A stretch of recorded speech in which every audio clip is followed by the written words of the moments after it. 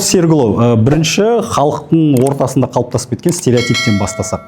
Прокуратура ол деген қадағалайтын орган. Егерде ояққа қарай шағымдансақ, өзімізден бет аулақ деп әрі жүреді да. Енді қазіргі сәтте кәсіпкерлермен серіктестік болып жатқанда прокуратураның рөлі қандай және қандай өзгерістер бар? Расында бұрын соңғы енді жалпы кәсіпкерлер арасында емес, жұртшылық арасында да ондай пікір қалыптасқан болатын. Прокуратура ол айыптаушы орган, қаралаушы орган деген, бірақ бүгінгі таңда ол стереотип толықтай өзгерген.